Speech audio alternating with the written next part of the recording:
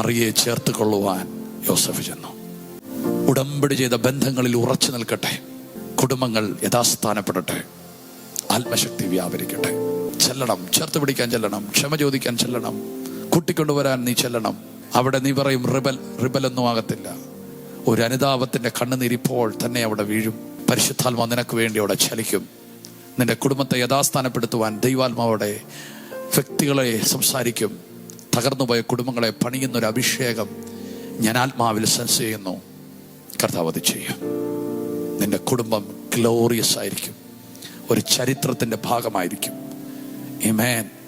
മത സ്ഥലങ്ങളിലൊക്കെ കാണാൻ പറ്റും. ആ യേശുവിൻ്റെ ഫോട്ടോയുടെ അടുക്കൽ ഒരു യോസഫിൻ്റെയും മറിയുടെ ഫോട്ടോ. അത് കത്തോലിക്ക സഹോദരന്മാരൊക്കെ അത് വെച്ച് വെക്കുന്ന കണ്ടിട്ടുണ്ട്. സ്തോത്രം.